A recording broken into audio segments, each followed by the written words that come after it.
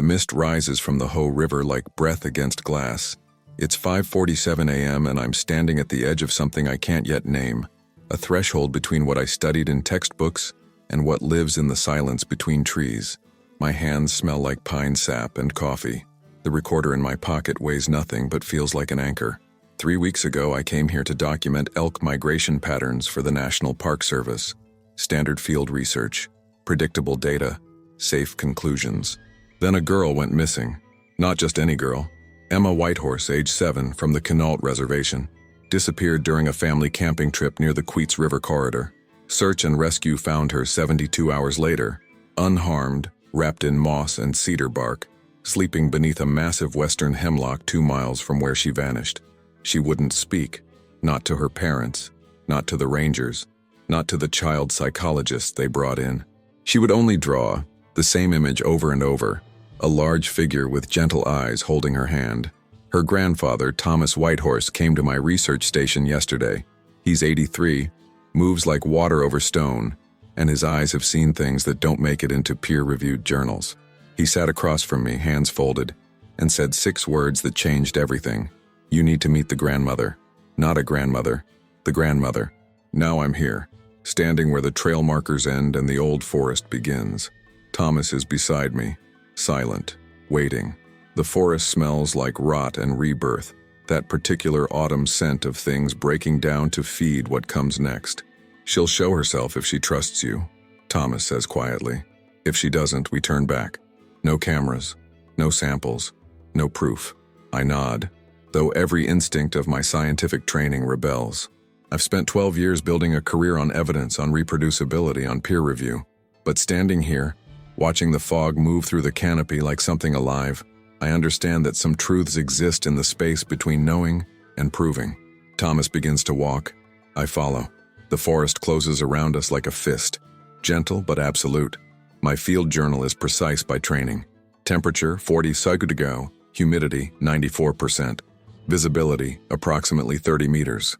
Canopy coverage, dense old growth, Douglas fir, western hemlock, Sitka spruce. Understory, sword fern, salal, Oregon grape.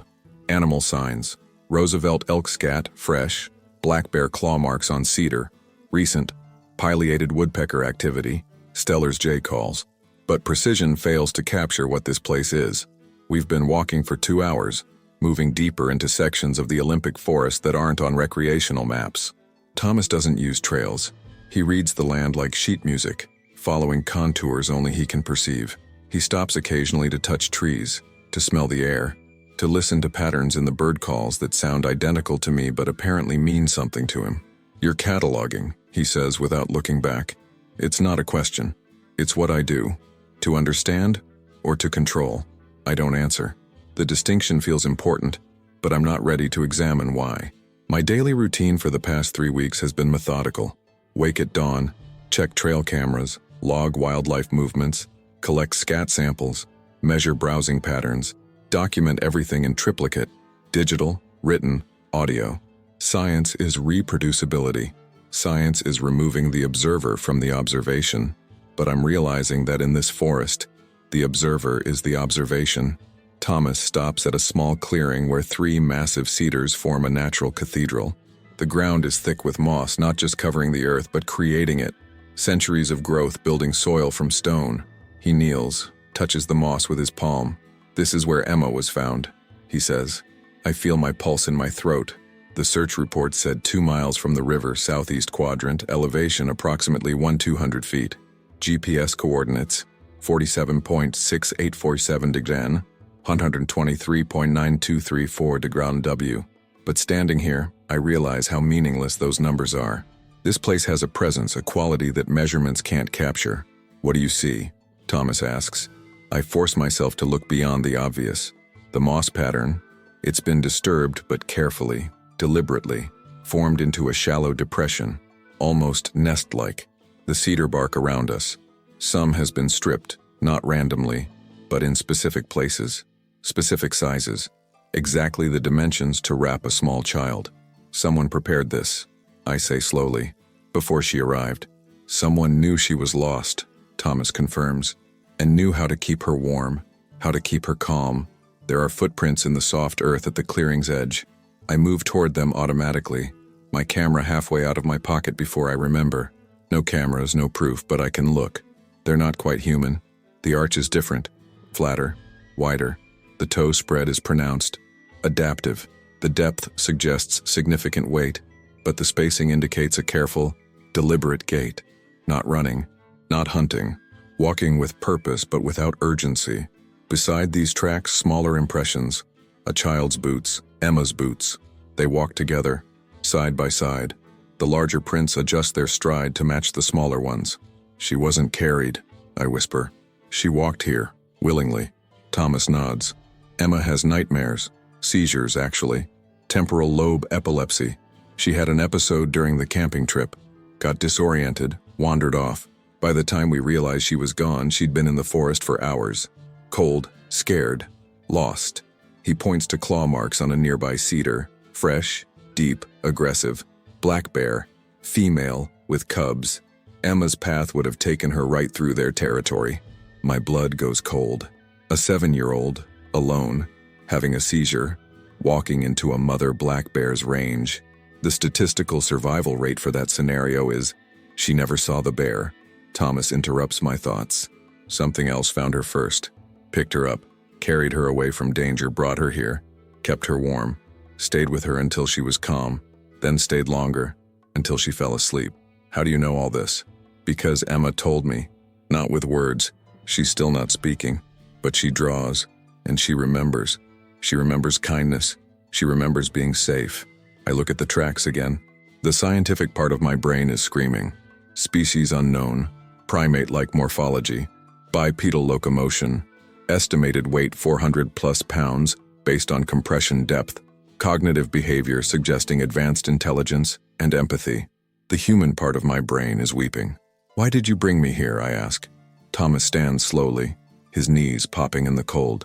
Because you're a scientist who studies how primates care for their young. Because you've published papers on altruistic behavior in great apes. Because you understand that intelligence and compassion aren't uniquely human. He looks at me directly now, his eyes dark and certain. And because she wants to meet you, the grandmother, Emma's protector. She has something to show you, something that matters more than proof. The forest has gone quiet. Even the Stellar's jays have stopped calling. What does she want to show me? My voice sounds small. Her daughter, Thomas says. The child. We continue northeast, following a ridgeline that parallels the Queets River drainage. Thomas moves with quiet certainty, reading signs I'm only beginning to perceive. Broken branches at specific heights, moss disturbed in directional patterns, stones arranged in ways that could be natural but probably aren't. After 30 minutes, he stops at what looks like a game trail, narrow, winding through salal thickets. But the spacing is wrong for elk, too purposeful for deer. This is where we wait, he says simply. We settle onto a fallen log, our backs against a massive cedar stump. The fog has thickened, reducing visibility to maybe 15 meters. Everything is gray and green and impossibly quiet. I think about Emma, about those 72 hours. Search and rescue mobilized 40 volunteers, 3 K9 units, 2 helicopters when the weather permitted. I read the incident reports. They're meticulously detailed, professionally objective. What they don't capture is the terror. A child, alone, in wilderness that kills adults regularly. Except she wasn't alone. Tell me about the grandmother, I say quietly. Thomas is silent for a long time. When he speaks, his voice has the quality of ceremony. Words chosen carefully, carrying weight. Our people have known about them for thousands of years. Not as monsters or myths, but as relatives. Distant, careful, separate, but relatives. We have protocols for coexistence. We don't hunt in certain areas during certain seasons. We leave offerings. We teach our children to be respectful if they ever encounter one. Offerings? My scientific training rebels, but I keep my voice neutral. Salmon mostly, berries. Sometimes tools, knives, rope. Things that might be useful. We leave them at specific places and they're always gone by morning. Sometimes we find gifts in return. Healing herbs, mushrooms we haven't seen before, once a perfectly preserved elk hide. That sounds like trade? Thomas smiles slightly. Yes, they understand reciprocity. They understand respect. They understand that the forest belongs to no one and everyone. A branch cracks somewhere in the fog. Not close, but not far. Thomas doesn't react, so I force myself to remain still. The grandmother, he continues, is old, very old. We estimate she's been in this territory for at least 40 years. My father told me about her when I was young. She's cautious, solitary, avoids contact.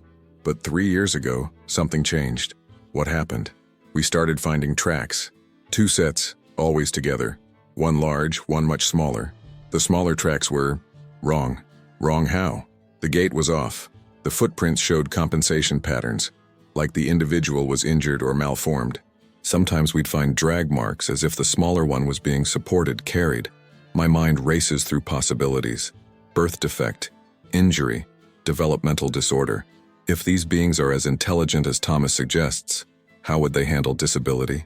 In most primate groups, infants that can't keep up are abandoned. Natural selection is brutal and efficient, but the grandmother never left her, Thomas says, reading my thoughts. For 3 years now, we've tracked them together. The small one grows, but slowly. She struggles, but she's learning. And the grandmother, she teaches, she waits. She adapts her movements, her territory, everything to accommodate this child who can't do what others can. I feel something catch in my chest. This isn't just animal behavior. This is parenting. This is love. Emma's drawing, I say suddenly. The figure holding her hand. That's not just any figure. That's a mother protecting a child. Emma recognized that. She understood she was being cared for. Yes, Thomas says. And when Emma's seizure passed, when she could finally sleep safely, the grandmother stayed. She could have left, should have left. Human contact is dangerous for them. But she stayed until Emma felt secure. The implications are staggering. We're talking about a species that understands trauma, understands emotional security, understands that a frightened child needs more than physical safety. Why show me? I ask. Why now? Thomas turns to me, his expression serious. Because logging companies have survey permits for this drainage. Because the Park Service is considering opening new trails through this territory. Because the world is closing in, and soon there will be nowhere left for them to hide. You want me to help protect them? No, he says firmly. I want you to witness them, to understand them, so that if you ever have to choose between revealing them and protecting them, you'll make the choice based on knowledge, not fear. Before I can respond, the forest changes. It's subtle, a shift in air pressure, a quality of attention. The small sounds that have been constant, dripping water, distant bird calls, wind through canopy, all stop simultaneously. Thomas touches my arm gently. Don't move. Something is approaching through the fog. The first thing I perceive is smell. Musky but not unpleasant, like wet fur and cedar and something else, something primal. Then sound. Footsteps. Careful and deliberate, moving through undergrowth without breaking branches. A shadow takes form in the mist. Large, very large, moving with surprising grace for something that size. My training says, observe.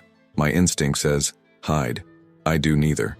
I sit perfectly still, barely breathing, watching as the impossible becomes real.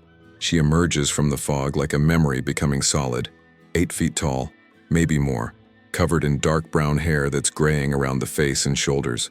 Her eyes are what stop my heart, deep, amber brown, intelligent, cautious, and impossibly human in their expression. She's looking directly at me, and behind her, partially hidden, smaller and limping slightly, is another figure, the daughter. My field training covered countless scenarios. Bear encounters, cougar attacks, getting lost, equipment failure, medical emergencies.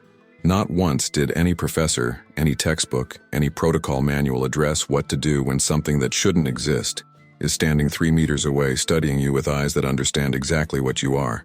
The grandmother, I can't think of her any other way now, is magnificent.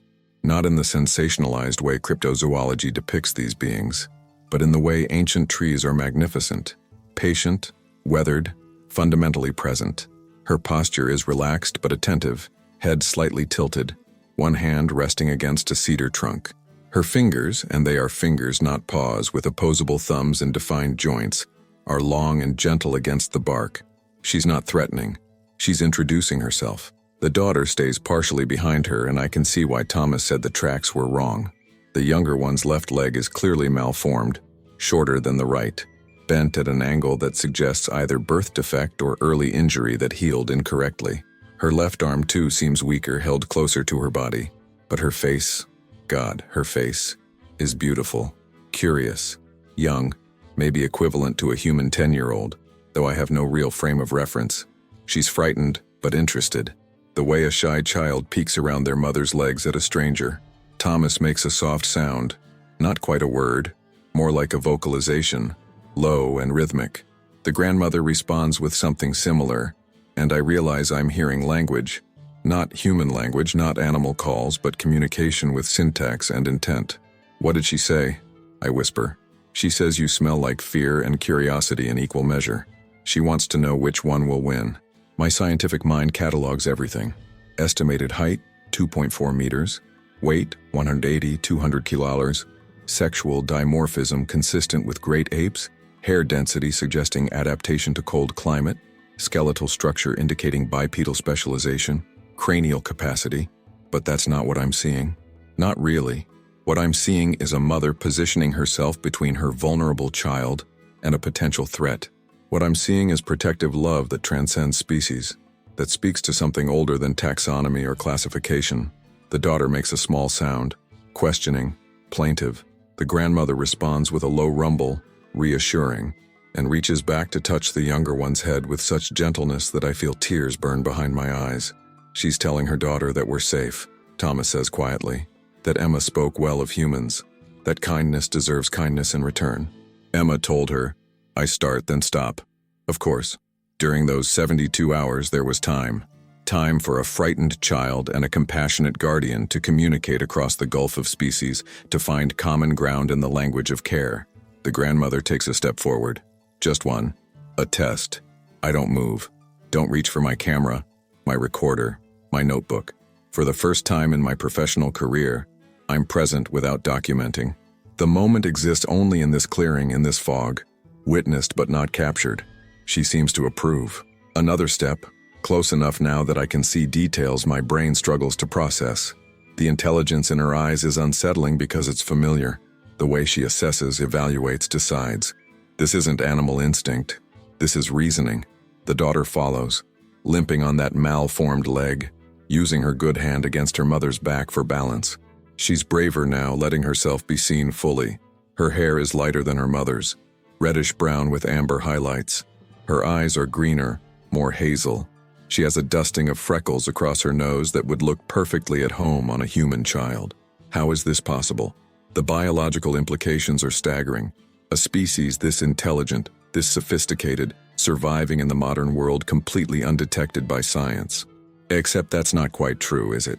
Indigenous peoples have known, have always known. We simply didn't listen. The grandmother makes another vocalization, then does something that stops my heart. She gestures toward her daughter, then toward me, a clear invitation. She wants you to see, Thomas translates, to understand what's at stake. The daughter steps forward, still nervous, but trusting her mother's judgment. She's only 2 meters away now. She raises her good hand, the right one, and opens her fingers, showing me something. It's a small carved figure, crude but recognizable. A human child, Emma, carved from cedar with a stone tool, the wood still fresh and fragrant. She made this. The daughter made this with her one good hand to remember the human child her mother saved. I'm crying now, openly, not caring how it looks. This isn't data. This isn't research. This is communication across a divide I didn't know could be bridged. 2 species, 2 mothers in their own way, sharing the fundamental truth that children are precious, that protecting them matters, that kindness creates bonds stronger than difference. The daughter makes a soft sound, almost like humming, and holds the carving out toward me. An offering. A gift. Take it, Thomas says gently. Accept it. I reach out slowly, telegraphing every movement, and take the little figure from her hand. Her fingers are warm, the pad soft but strong. She doesn't pull away, just watches with those remarkable hazel eyes to see what I'll do. I hold the carving carefully, reverently, and bring my other hand to my chest in what I hope is a universal gesture of gratitude and respect. The daughter's face changes, a subtle shift I can only describe as a smile. Not human, but unmistakable in meaning. The grandmother makes a low, satisfied sound. Then she does something that will haunt me forever. She places her massive hand over her chest, just as I did, mirroring my gesture. I see you. I acknowledge you. We understand each other. We stay in that clearing for another hour, not speaking much, There's little to say that wouldn't diminish what's happening. The grandmother settles onto the ground with surprising grace, her daughter beside her. Thomas and I remain on our log. 4 beings, 4 species technically, though that word feels wrong now. 4 people is more accurate. I watch how the grandmother interacts with her daughter, the constant gentle touches, the way she adjusts her position to help the younger one get comfortable despite her physical limitations, the patient attention when the daughter makes sounds or gestures. This is teaching. This is socialization.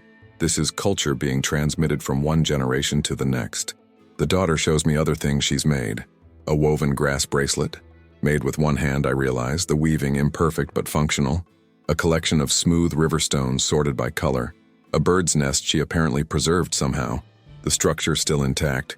She's proud of these accomplishments, seeking approval the way any child would. My mind is simultaneously analytical and overwhelmed. Species unknown to science. Intelligence comparable to great apes, possibly higher. Tool use. Art, language. Cultural transmission. Parent-offspring bonds that persist beyond typical great ape development periods. And they're showing themselves to me, deliberately, trustingly. The weight of that trust is crushing. Thomas eventually stands, makes a soft vocalization. The grandmother responds, and I sense the audience is ending. She rises, helps her daughter up, and for a moment we all simply stand there. 4 beings who have shared something profound and fragile. Then they turn and walk back into the fog, the daughter looking over her shoulder once, raising her good hand in what might be a wave. They disappear as completely as if they never existed. The only proof I have is the cedar carving in my pocket and the radical restructuring of my understanding of the world. Thomas and I walk back in silence. My mind is racing through implications, consequences, responsibilities I never asked for, but now cannot refuse. By the time we reach my research station, it's early afternoon. The space feels absurd now. My laptop with its spreadsheets, my cameras and GPS units, my carefully labeled sample containers, evidence, documentation, proof. I think about what I could do with what I've witnessed. A paper in Nature or Science would be guaranteed. Probable cover story. Previously unknown hominid species discovered in Olympic National Forest. My career would be made. Instant recognition, funding, speaking engagements. The Nobel Prize isn't awarded for species discovery, but I'd be in the conversation for every other relevant award. Research teams would descend on this forest within weeks. Cameras everywhere, DNA sampling, behavioral studies. The grandmother and her daughter would become specimens, subjects, data points. I imagine them trying to hide from helicopters, from trail cameras, from researchers who see only scientific opportunity, not people deserving dignity. I imagine the daughter, frightened, separated from her mother for non-invasive observation. I imagine what happened to indigenous peoples when they were discovered, studied, cataloged, displayed, exploited. My stomach turns. I call my supervisor at the Park Service, Director Morrison, 59, career bureaucrat, good man, but thinks in terms of policy and public relations. Sarah, how's the elk study going? Good, solid data, but I need to talk to you about something else. The Whitehorse girl, Emma. I've been looking into the circumstances of her disappearance. A pause. That's not really your mandate. I know, but I found something. Evidence of a large animal in the area where she was found. Unknown species, possibly dangerous. I hate how easily the lie comes, but dangerous is the magic word for getting territory closed to public access. How dangerous? Potentially very. I'm recommending we close the Queets River drainage to all public access pending further investigation. And director, no media. If word gets out that there's something unusual up here, we'll have every amateur cryptozoologist in the country flooding the park. Christ, what kind of animal are we talking about? I need more time to confirm, but it's large, intelligent, and clearly willing to approach humans. Emma was lucky. The next person might not be. More lies. They taste like ash. Okay, I'll draft the closure order. How long do you need? At least 6 months. Maybe longer. 6 months? Sarah, that's a huge section of the park. The economic impact alone. Director, we're talking about a potentially unprecedented species. If someone gets hurt before we understand what we're dealing with, the lawsuits alone would be catastrophic. 6 months to do this right, or 6 years of litigation if we don't. He sighs. Fine, I'll push it through, but I want weekly updates. You'll have them. I hang up and immediately feel sick. I've just lied to my supervisor, fabricated a threat, manipulated policy for personal reasons. No, not personal reasons, for the right reasons. But the right reasons don't always feel righteous. Thomas is standing in the doorway. He heard the whole conversation. "Thank you," he says simply. "Don't thank me. I just committed career suicide if anyone finds out the truth.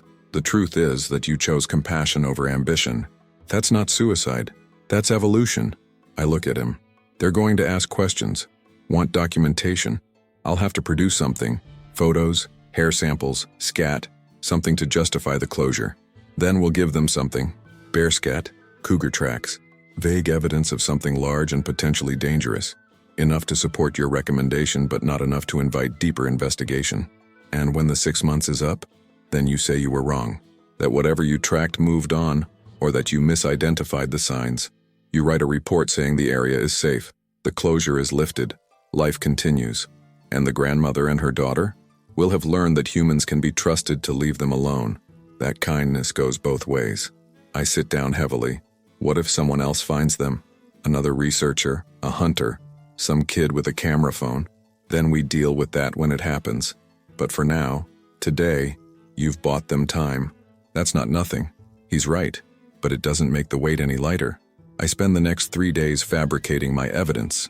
Thomas helps, showing me where to find bear signs, how to cast tracks that could be interpreted as something unusual but not definitive. We create ambiguity, the scientific equivalent of smoke and mirrors. It feels like betrayal of everything I believe in. Science is supposed to be truth. Data doesn't lie. Evidence leads to understanding. But whose understanding? And at what cost? On the 4th day, Thomas asked me to come back to the forest. "There's something the grandmother wants you to see." We make the now familiar trek into the deep forest, following paths only Thomas can perceive. This time we go farther to a section of the drainage I've never accessed. Steep, heavily forested, riddled with deadfall that makes progress slow and treacherous. We climb for 2 hours before reaching a small plateau overlooking the river valley. The grandmother and her daughter are already there, waiting. The daughter looks different, happier, more confident. She approaches me without hesitation now, makes a soft, trilling sound that I'm learning means greeting or pleasure. The grandmother gestures for me to follow, then leads us to a massive cedar tree, easily 15 feet in diameter, probably 600 years old. At the base, hidden by roots and undergrowth, is an opening, a hollow in the ancient trunk. Inside, carefully arranged, are objects, human objects. A child's sneaker, weathered but intact. A camping cup, dented aluminum. A broken pocket knife, a wool blanket, moth-eaten. A wristwatch with a shattered face. Dozens of items carefully curated and preserved. Offerings? I ask Thomas. Remembrances, he corrects.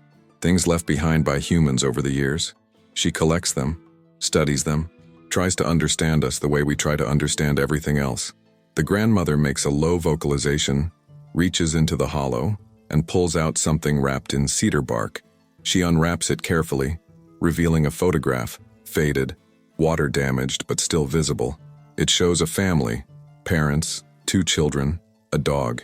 Date stamped on the border, July 1987. The family is standing beside a camper van, smiling, happy. The Olympic Mountains in the background. The Peterson family, Thomas says quietly. They went missing during a camping trip in 1987. The van was found, but the family wasn't. Presumed dead. Bear attack, hypothermia, something. The grandmother holds the photo carefully, reverently. Then she makes a sound I can only describe as mournful. "She found them?" I ask. Thomas nods. Too late to help, but she's remembered them. For 37 years, she's remembered them. The grandmother wraps the photo again, returns it to the hollow. Then she shows me other things. A child's drawing of a flower, a birthday card addressed to Mom, a letter that begins, "Dear Dad." She's created a memorial, a place to honor the humans who died in her forest, who became part of the ecosystem she protects. I'm weeping openly now. This isn't animal behavior. This is consciousness grappling with mortality, with loss, with the weight of witnessing suffering and being unable to prevent it. The daughter tugs at my sleeve, makes an insistent sound. She points to herself, then to the hollow, then to me. "She wants to show you her contribution," Thomas translates. The daughter reaches into the hollow and pulls out the carving she showed me before. the little figure of Emma. Except now there's another carving beside it, a crude representation of me. She's added me to her collection, not as a memorial to something lost, but as a remembrance of something found. Connection, understanding. The grandmother makes a long, complex vocalization. Thomas listens intently, then translates. She says the forest takes more than it gives. That's natural. Death feeds life, ending enables beginning. But sometimes the forest gives back something unexpected. Chance. The chance for different species to see each other not as threat or resource, but as fellow travelers through time. The grandmother continues, and Thomas's voice grows quieter. She says her daughter is different. Weak where others are strong. Slow where others are fast. In any other group, the daughter would be left behind, abandoned to die. That's natural too. Survival demands efficiency, and compassion is expensive. The daughter leans against her mother, and the grandmother wraps a long arm around her. But the grandmother chose differently. She chose to slow down, to adapt, to reimagine her life around her daughter's limitations. Not because it was efficient or because it served survival, but because her daughter's life has value beyond utility. My throat is too tight to speak. She says humans sometimes make this choice too. She's seen it. Families caring for sick or injured members. Parents protecting children who cannot protect themselves. She says this choice, this willingness to sacrifice efficiency for love, might be the only truly important thing in the world. The grandmother makes one final vocalization, softer than the rest. She says Emma reminded her why this choice matters. That a child's fear becoming safety, a child's confusion becoming calm, these transformations are miracles. Small miracles, temporary miracles, but miracles nonetheless. She touches the daughter's head gently, then looks at me directly. She says, "You understand this. You chose to protect instead of reveal, to honor instead of exploit." She says this choice makes you kin, regardless of species.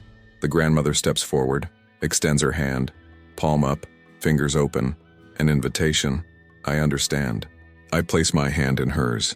Her palm is warm, leathery, strong enough to crush my bones but gentle as breath. She closes her fingers slightly, not gripping, just holding, making contact, acknowledging kinship. The daughter puts her small hand on top of ours. Thomas places his hand on top of hers. 4 hands, 4 species, expressions of the same fundamental truth. We are not alone, and that matters. We stand like that for a long time, connected across the vast gulf of evolution, finding common ground in the simple recognition that life is hard, the world is dangerous, and choosing to protect the vulnerable is what separates consciousness from mere existence. When we finally separate, the grandmother makes a sound that needs no translation. Gratitude. They disappear into the forest one more time, and I know I will see them again, but on their terms, in their time, in ways that honor the fragile trust we've built. The park closure goes into effect the following week. Director Morrison's order is carefully worded. Large predator activity, species to be determined, in the Queets River drainage. All trails closed pending Wildlife Services investigation. Violators subject to citation and fines. The local newspaper runs a small story. Park Service closes trails in Olympic Forest due to wildlife concerns. It's page 6, barely noticed. Exactly what I hoped for. But the Kino Tribal Council notices. Of course they do. 3 days after the closure, I receive a visit at my research station. 6 council members, including Thomas and Emma's father, David Whitehorse. They arrive in 2 trucks, serious but not hostile. David is younger than I expected, mid-30s, wearing jeans and a tribal fisheries jacket. His eyes have the exhausted look of a parent who nearly lost everything. "Dr. Chen," he says, extending his hand. "Thank you for seeing us." "Of course, please come in. My station is small, barely enough room for 7 people. We arrange ourselves awkwardly around my work table, maps and equipment pushed aside. Council Chair Margaret Blackfish speaks first. She's 60-something, white hair in a long braid, voice calm, but carrying undeniable authority. "Dr. Chen, we know why you closed the drainage." My blood goes cold. "I'm not sure what you—" "We know," she repeats gently. "Thomas told us. He had permission to do so. We needed to discuss this as a community." I look at Thomas. He nods slightly. "Trust them."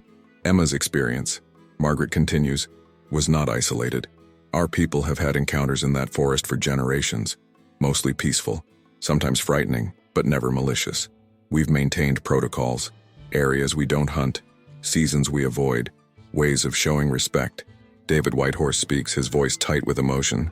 When Emma disappeared, I thought we'd failed somehow, broken some rule, violated some boundary. I thought. He stops, collects himself. I thought the forest was punishing us. But Emma wasn't punished, Margaret says. She was protected, kept safe until we could find her. And now she's drawing pictures of her protector, saying without words that she wasn't afraid, that she felt cared for. One of the other council members, a younger man named James Greenwood, leans forward. The question we're facing is whether to share this information more broadly. The tribal council is divided. Some believe these beings deserve isolation, that human contact is dangerous for them. Others believe we have a responsibility to prevent others from having dangerous encounters. There's no evidence of dangerous encounters, I say carefully. Everything I've seen suggests they avoid humans, intervene only when someone's in trouble. You've seen them, David says. Not a question, a statement. Thomas said you have. I hesitate, then nod. Yes. And you didn't report it officially. You created false evidence to justify protecting them. Yes. Margaret's expression is unreadable. That was a significant professional risk. Why? The answer comes without thought. Because they trusted me. Because they showed me their daughter, their home, their grief. Because revelation would destroy them, and they've done nothing to deserve that destruction. Silence settles over the room. Finally, David speaks again. Emma draws pictures every day now. The same figure, over and over. The one who saved her. She's starting to talk again. Just a little. Her first words were, kind friend. Not monster. Not scary. Kind friend. His eyes fill with tears. How do I honor that? How do I protect what protected her? We continue what we've always done, Margaret says firmly. We maintain the protocol. We teach our children respect. We keep the boundary. And now, she looks at me. We have an ally outside our community, someone who can help maintain the buffer zone between our people and theirs. The closure is temporary, I remind them. 6 months. After that, I'll have to lift it or provide better justification. 6 months is enough, Thomas says. By then, they'll have moved deeper into the range. They're nomadic. They don't stay in one place long. The grandmother is smart. She'll understand the closure is protection, and she'll use it to relocate somewhere safer. James Greenwood frowns. But what about next time? What about other researchers, other encounters? We can't close the entire Olympic range. No, Margaret agrees. But we can be vigilant. We can maintain traditional patrols. We can watch for signs and intervene before situations escalate. We've done it for centuries. We can continue. She turns to me. Dr. Chen, we'd like to invite you to join our conservation committee. Unofficially, of course.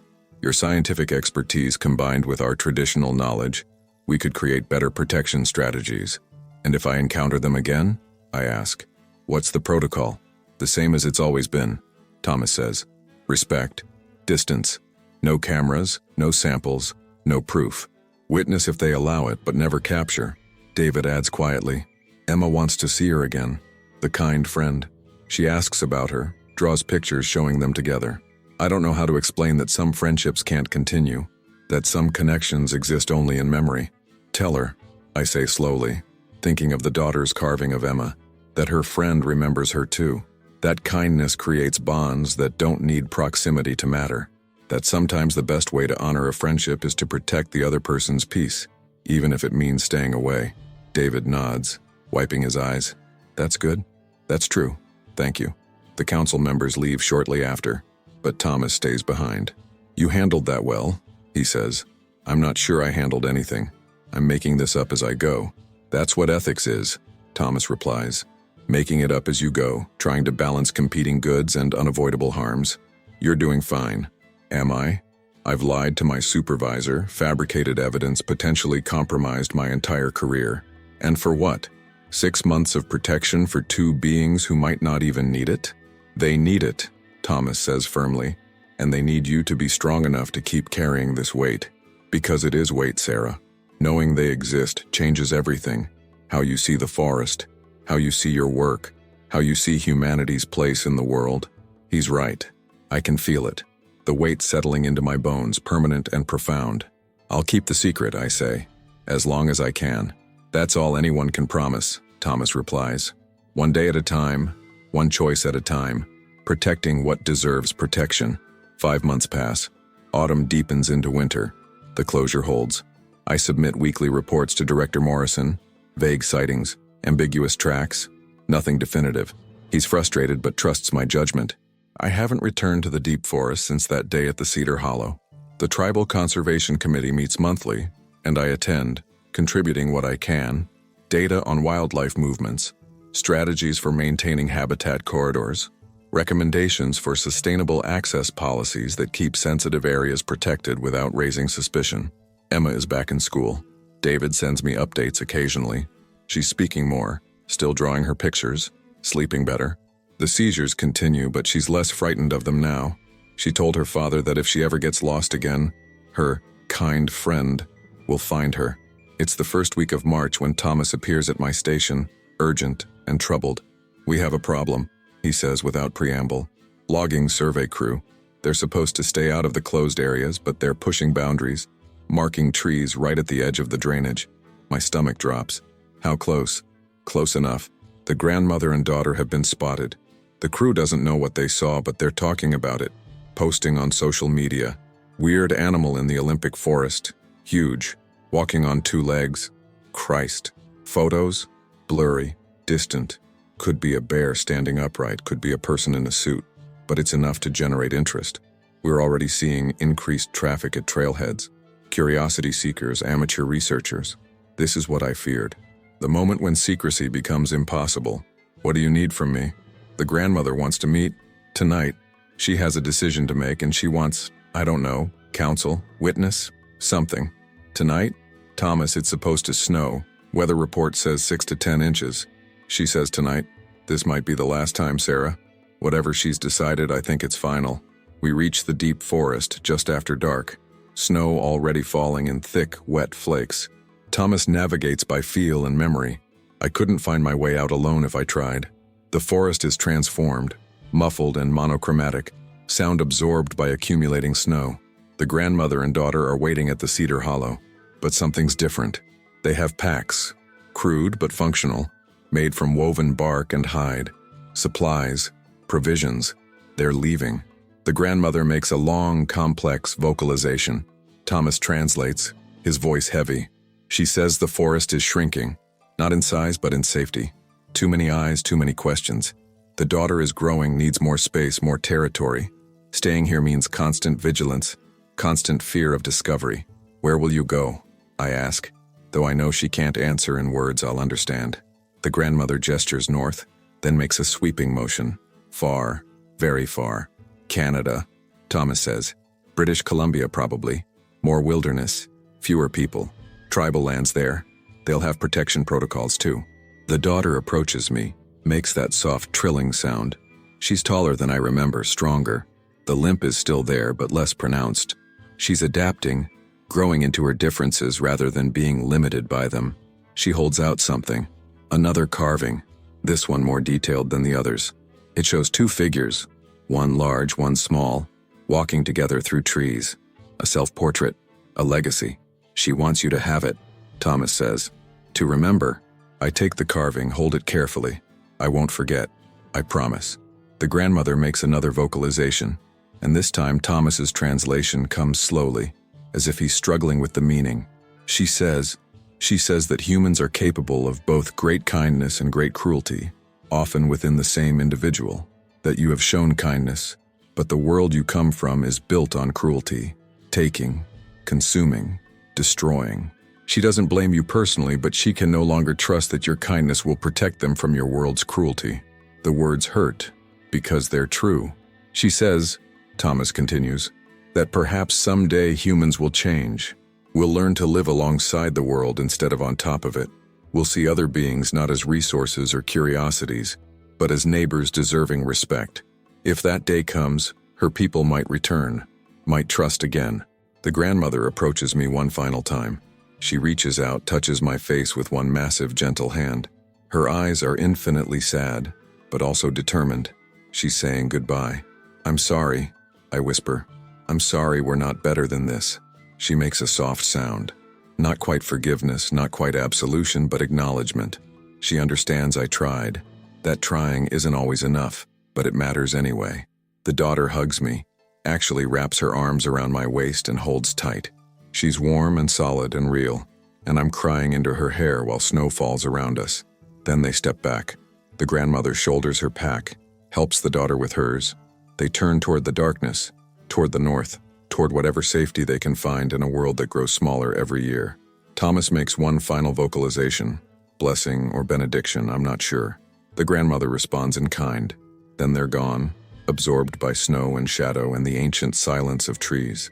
Thomas and I stand there for a long time, not speaking. The snow falls heavier now, covering their tracks within minutes. By morning, there will be no evidence they were ever here. What do we do now? I ask finally. We finish the closure period. You write your report saying the threat has moved on, whatever you saw has left the area. Life returns to normal. Normal, I repeat bitterly. There's nothing normal about this. No, Thomas agrees. But we protect what we can for as long as we can. That's all anyone can do. We walk back in silence. Behind us, the forest closes like a book, keeping its secrets. I submitted my final report to Director Morrison 6 weeks later. Wildlife assessment complete. Large animal activity has ceased in monitored area.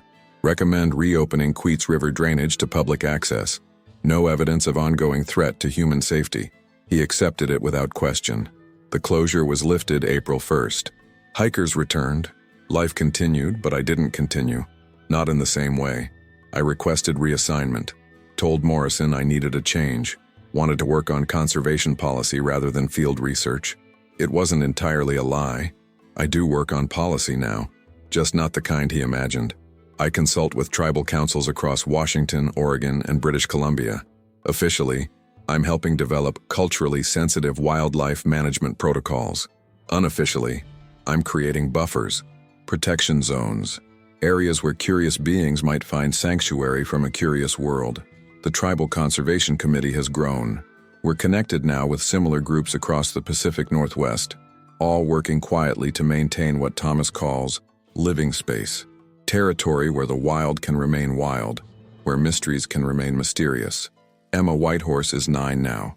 She still has seizures, still draws her pictures. Last month, David sent me a new drawing, the kind friend and a smaller figure, walking together through snow toward mountains. Emma told her father it was a thank you picture, thanking her friend for teaching her that being different doesn't mean being less. I have the drawing framed in my office beside the carvings the daughter made. People ask about them sometimes. I say they're folk art from the Kino Reservation. It's not a lie. They are art, and they are from that place. And they teach exactly what folk art should teach. That kindness transcends boundaries. That protection is an act of love. That some truths matter more than proof. Late autumn, 18 months after the grandmother and daughter walked into the snow. I'm hiking alone in a remote section of the North Cascades, officially surveying wolf populations, unofficially checking on the spaces between spaces where the world is still large enough to hide impossible things. I'm following a game trail near the Canadian border when I see them. Tracks in soft earth beside a stream. Large, deliberate, accompanied by smaller prints with that distinctive uneven gait. They made it. They found new territory. They're surviving. I don't follow the tracks. Don't set up cameras or collect samples. I simply document the location in my private notes, the ones that will never see official reports, so the conservation network knows where to maintain extra vigilance. But I do leave something. A small carving I've been working on for months, teaching myself the technique, using the daughter's pieces as guides. It shows 3 figures, 2 tall, 1 small, standing together under trees. Recognition, remembrance, reciprocity. I place it on a flat rock beside the stream, weighted down so wind won't carry it away.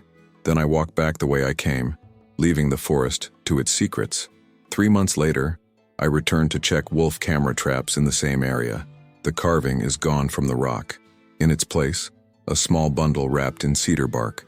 My hands shake as I unwrap it. Inside, 3 carvings, their style unmistakable. The grandmother, elegant and strong.